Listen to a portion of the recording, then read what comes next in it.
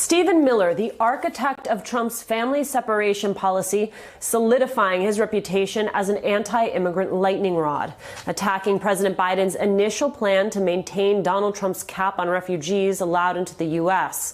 Miller's former boss was okay with 15,000 refugees per year. Miller says the number should be 0, which makes absolutely no sense. A shock to no one, but it's a tell about the narrative still making rounds among far-right Republicans.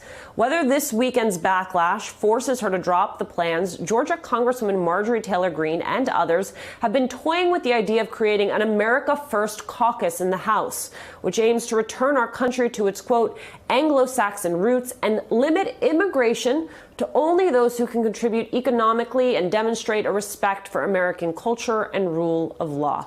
Joining me now, investigative journalist Jean Guerrero. She's the author of Hate Monger, Stephen Miller, Donald Trump, and the White Nationalist Agenda. Jean, before we get into Miller, I want to play for you some sound of George W. Bush on CBS this morning talking about his regrets over immigration. Take a listen.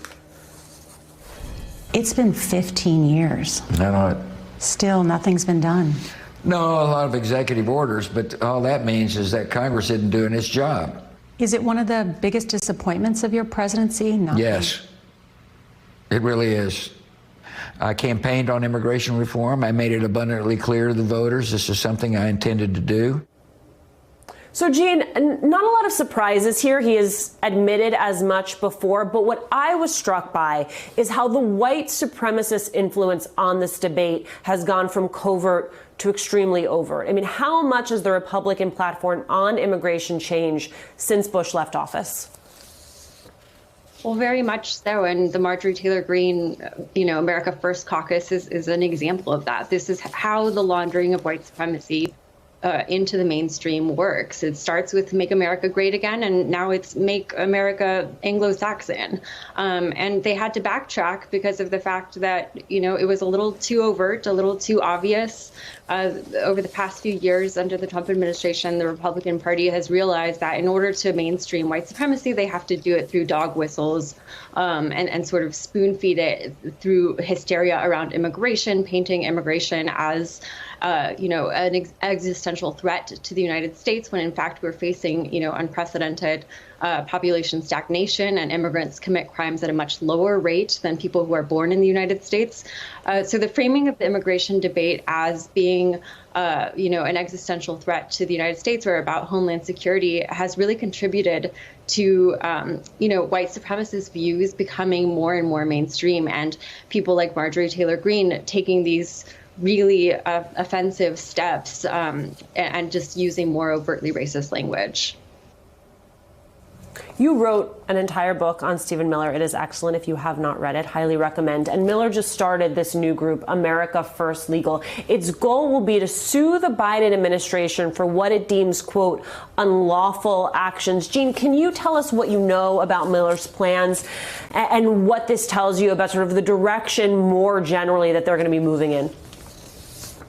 Well, he's trying to brand this group as the conservative ACLU, in the same way that he tries to brand himself as a quote unquote conservative social justice warrior, with a smirk on his face.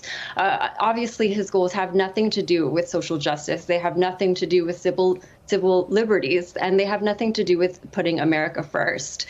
For Stephen Miller, this has always been about trying to re-engineer demographics into this country and make America white. When you look at his policies, they were about strangling legal access into the United States, dismantling the asylum system, slashing refugee admissions to record lows, choking access to green cards.